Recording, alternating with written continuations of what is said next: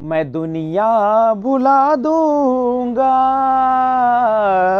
तेरी चाहत में, मैं दुनिया भुला दूंगा तेरी चाहत में। ओ दुश्मन जमाना मुझे ना भुलाना, मैं खुद को मिटा दूंगा तेरी चाहत में, मैं दुनिया भुला दूंगा तेरी चाहत में, मैं दुनिया भुला दूंगा तेरी चाहत में। तेरा साथ छूटा ये वादा जो टूटा, मैं खुद को मिटा दूंगा तेरी चाहत में, मैं दुनिया भुला दूंगा तेरी चाहत में। Hello friends, this is Vijay Rajput and welcome to learner eyes by VRP. और आगे बढ़ने से पहले आप लोग जो लाल बटन दिख रहा है उसको जरूर सब्सक्राइब कर लीजिएगा। तो ध्यान दीजिए, हम लोग जो स्टार्ट करने वाले हैं Bharat is my home, Zakir Hussain के द्वारा लिखा गया। आज मेरा 3rd वीडियो है इसका, और उसमें हम लाइन बाय लाइन देखेंगे। उससे पहले शायराना सी है जिंदगी की फजा, आप भी जिंदगी का मजा लीजिए। शायराना सी है जिंदगी की फजा, आप भी जिंदगी का मजा लीजिए। मैं गजल बन गया आपके सामने, मैं गजल बन गया आपके सामने, शौक से अब मुझे गुनगुना लीजिए। शायराना सी है जिंदगी की फजा, आप भी जिंदगी का मजा लीजिए। तो आइए देखते हैं paragraph 1, Bharat is my home, Zakir Hussain के द्वारा लिखा गया है। और उसका फर्स्ट पैराग्राफ है, ध्यान से देखिएगा। आई मस्ट कन्फेस दैट, आई यानी मैं, मस्ट का मतलब होता है जोर डालना, जिसे हम जरूर भी कह सकते हैं। और कन्फेस का मतलब होता है मानना, और दैट मीन्स होता है कि। लिखा है आई मस्ट कन्फेस दैट, मैं जरूर मानता हूं कि I am overwhelmed by the trust my people have placed in me by electing me to the highest office in the land. क्या लिखा है सुनिएगा एक बार गौर से। लिखा है कि I am over blamed. Over blamed का मतलब होता है घबराया हुआ, या जिसे हम अचरज में कहते हैं, जो आश्चर्यचकित होता है। नहीं, तो आई एम ओवर ब्लेम्ड, मैं घबराया हुआ हूं, by the trust by people have placed in me by electing me to the highest office in the land. I am overwhelmed by the trust my people. लिखा है कि मुझे इस भूमि के अति उच्च पद के लिए चुन के लोगों ने जो मुझ में विश्वास दिखलाया है, उससे मैं घबराया हुआ हूं।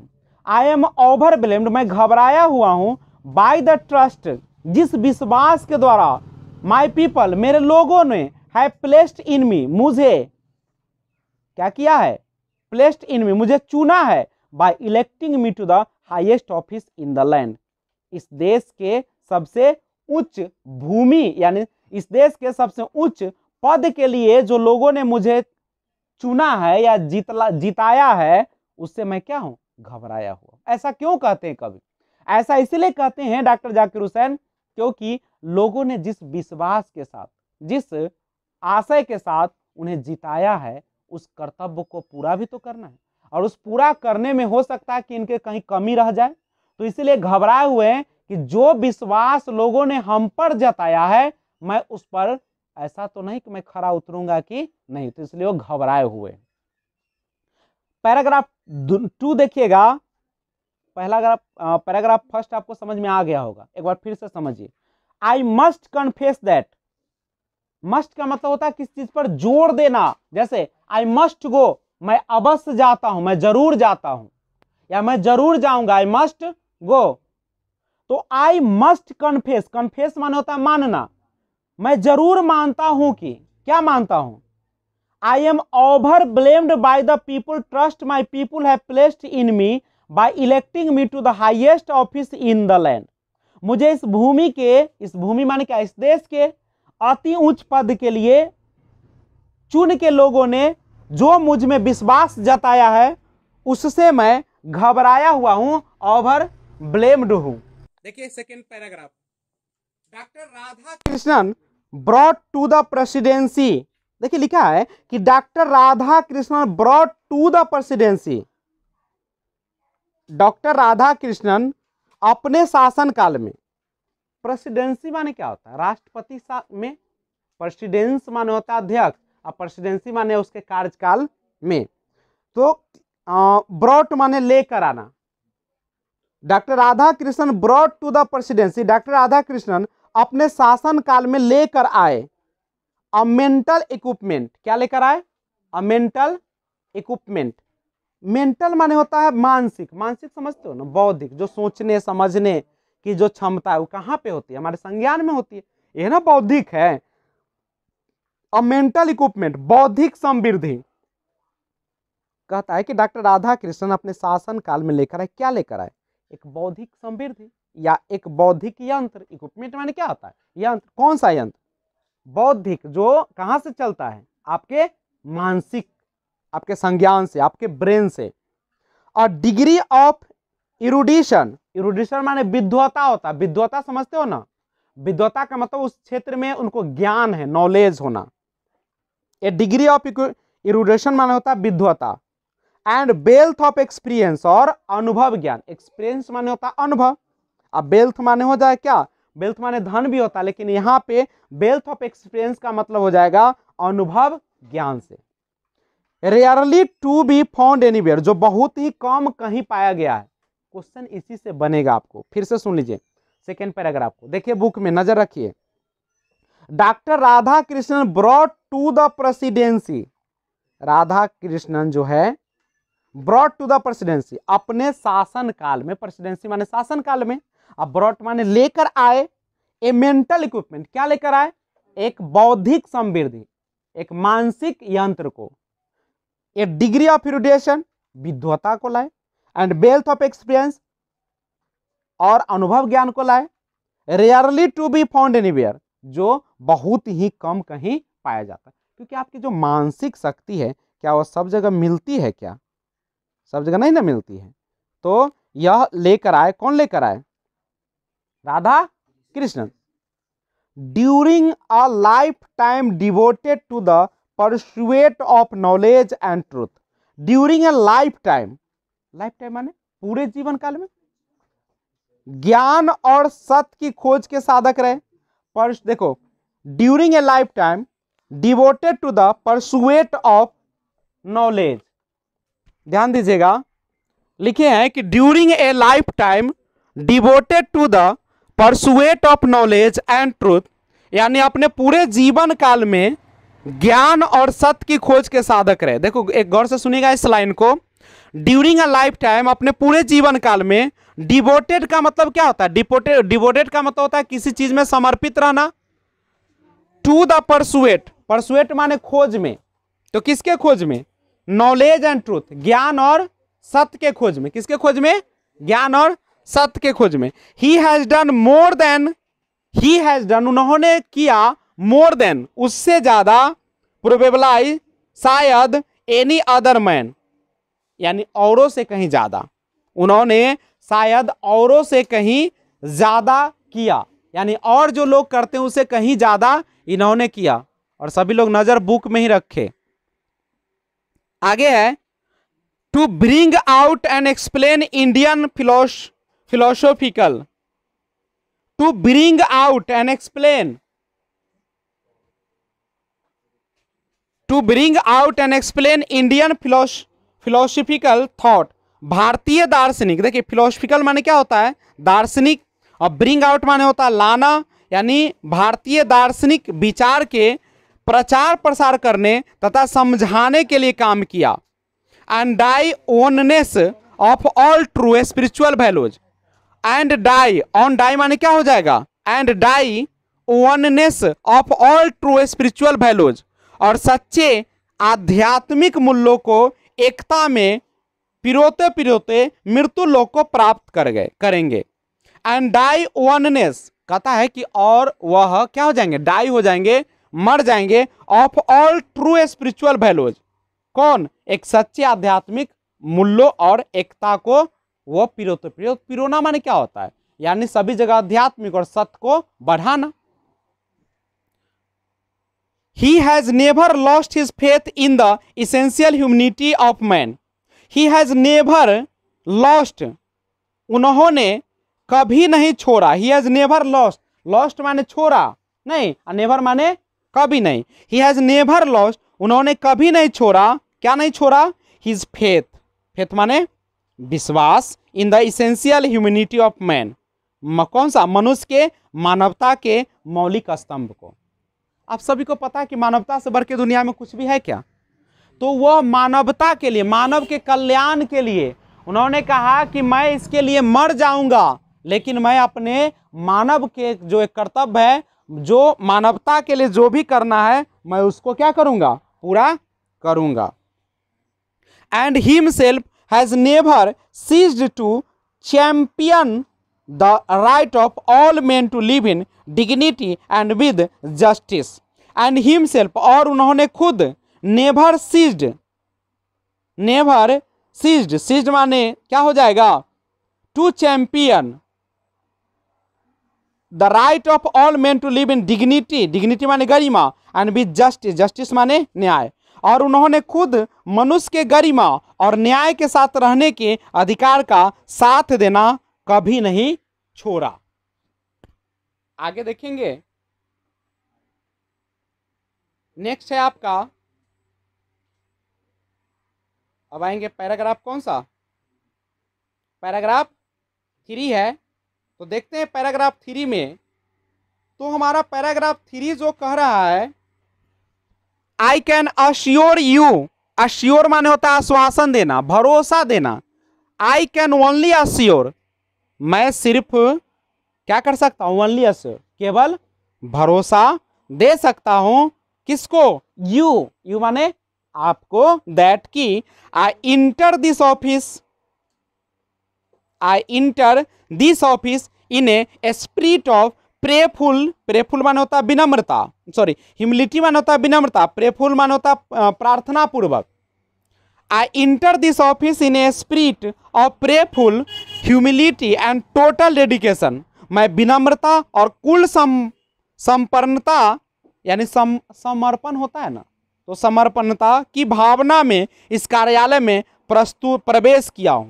डॉक्टर जाकिर हुसैन कहते हैं कि मैं कौन चीज से, मैं पूरे विनम्रता और समर्पण भाव के साथ इस कार्यालय में प्रवेश किया हूं। कौन से कार्यालय में, प्रेसिडेंट वाले में नहीं, जहां पे राष्ट्रपति रहते हैं। I have just taken the oath of loyalty to the constitution of India. I have just taken the oath, oath माने क्या होता है, प्रतिज्ञा लेना, शपथ लेना।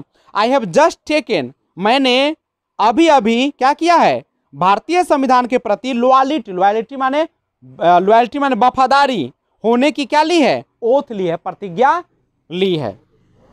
It is the constitution of A comparatively new state, और औरों के बनिस्पत एक नए गणराज्य का संविधान। It is the constitution of A comparatively new state, और कहता है कि और बहुत सारों के पास तो है संविधान, लेकिन ये नए गणराज्य की संविधान है, कौन सी, भारत की। Which its free citizens have for the first time in history given to themselves, फिर से सुनिएगा, which its free citizens, free citizens माना था स्वतंत्र नागरिक, हम भारत में तो स्वतंत्र नागरिक है ना, तो वही बोला है कि बीच इट्स फ्री सिटीजन्स, जो बीच माने यहाँ पे जो होगा, कौन नहीं होगा, जो उनके स्वतंत्र नागरिक को फॉर द फर्स्ट टाइम, पहली बार, इन हिस्ट्री, इतिहास में, गिवन टू देमसेल्फ, नहीं, जो उनके स्वतंत्र नागरिक को इतिहास में पहली बार दिया गया।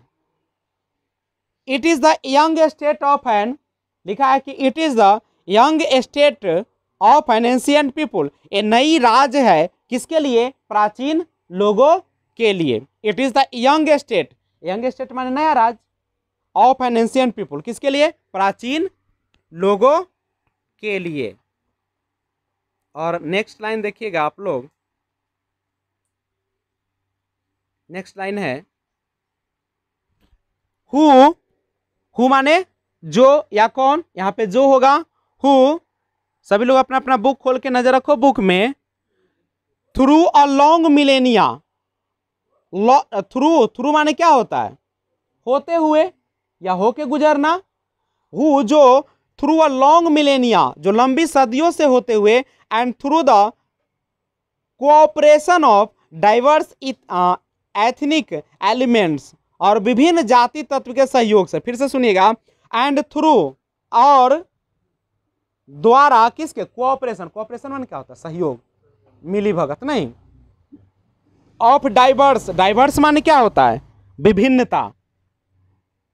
एथनिक एलिमेंट्स, जातीय तत्व के, और विभिन्न जाति तत्व के सहयोग से have striven to realise timeless absolute values in their own peculiar way, अपने अपने अनोखे अंदाज में। पेकुलियर वे माने होता है, पेकुलियर का मतलब होता है अनोखा, अब वे माने अंदाज या तरीका नहीं, अपने अपने अनोखे अंदाज में कड़ी मेहनत से अनंत तथा पूर्ण मूल्य को साकार करने का प्रयास किया है। आई प्लेज माई सेल्फ, प्लेज माने होता है विनती करना, प्रार्थना करना, अब माई सेल्फ माने खुद से, मैं खुद से विनती करता हूं to the service of those values, उन मूल्यों की सेवा करने की, फॉर यद्यपि या के लिए दो, सॉरी एक बार फिर से देखिएगा, to the service of those values, उन मूल्यों की सेवा करने की, फॉर दो यद्यपि सम कंक्रीट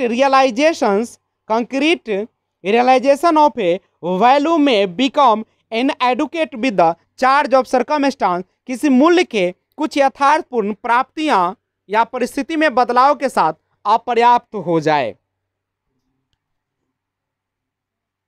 देखते हैं आगे। The value remains internally valid, मूल्य हमेशा के लिए वैध रहता है। द वैल्यू, जो मूल्य है, वैल्यू माने मूल्य, मूल्य माने जो आपके संस्कार है, आपकी संस्कृति है।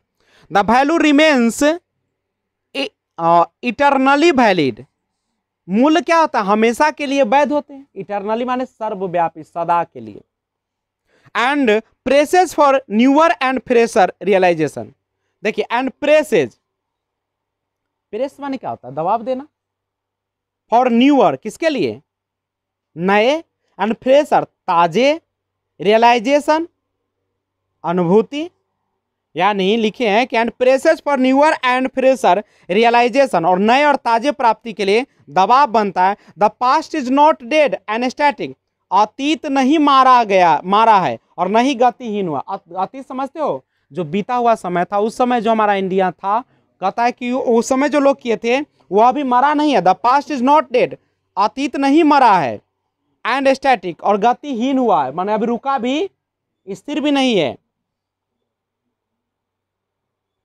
इट इज अलाइव, यह अभी जीवित है, एंड डायनेमिक, और कैसा है? गतिशील है, and is involve in determining the quality of our present and the prospects of our future, और ये हमारे वर्तमान की गुणवत्ता तथा भविष्य की संभावना को निर्धारित करने में सहायक हुआ है।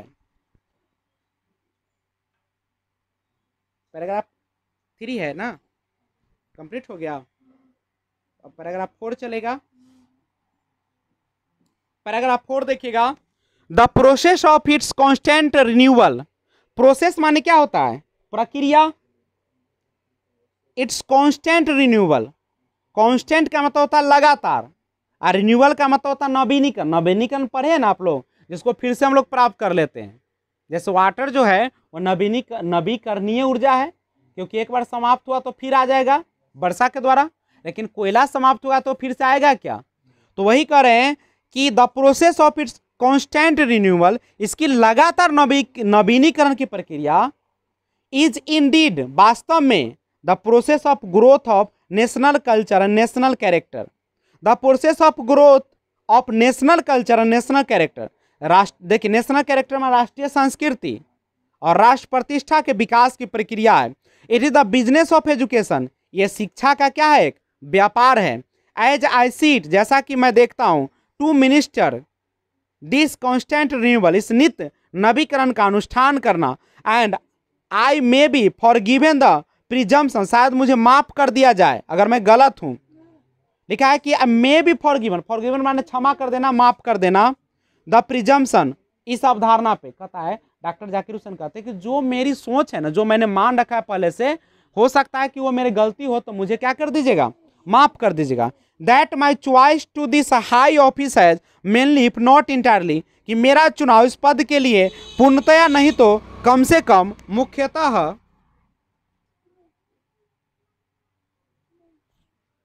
been made on account of my long association with the education of my people, शिक्षा के लिए लंबे समय से अपने लोगों के साथ जुड़े होने की वजह से किया गया है। आई मेंटेन दैट, मैं मानता हूं कि education is a prime instrument of national purpose, राष्ट्र के, देखिए एजुकेशन माने शिक्षा, प्राइम माने होता है मुख्य, इंस्ट्रूमेंट माने क्या होता है, हथियार, of national purpose, national purpose माने क्या होता है, राष्ट्र के उद्देश्य, राष्ट्र के उद्देश्य के लिए शिक्षा प्रारंभिक हथियार है।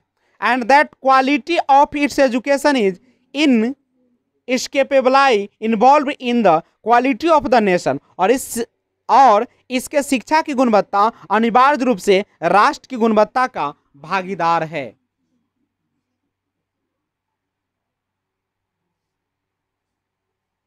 तो आज का क्लास यहीं तक, फिर मिलते हैं अगले क्लास में, जिसमें लेकर आऊंगा पैराग्राफ 5, नहीं तो तब तक आप इसे देखें। अब मैं इसे लाइन बाय लाइन आपको बोर्ड पर लिखकर, स्क्रीन पर लिखकर और आपको बताता हूं, और आप लोग उसका मजा उठाए। और कहीं भी समस्या हो तो कमेंट करें, लाइक शेयर जरूर कर दीजिएगा, ज़्यादा से ज़्यादा लाइक शेयर कीजिए। मिलते तो अगले वीडियो में पार्ट 4 में। Thanks for watching, keep watching. जय हिंद, जय भारत।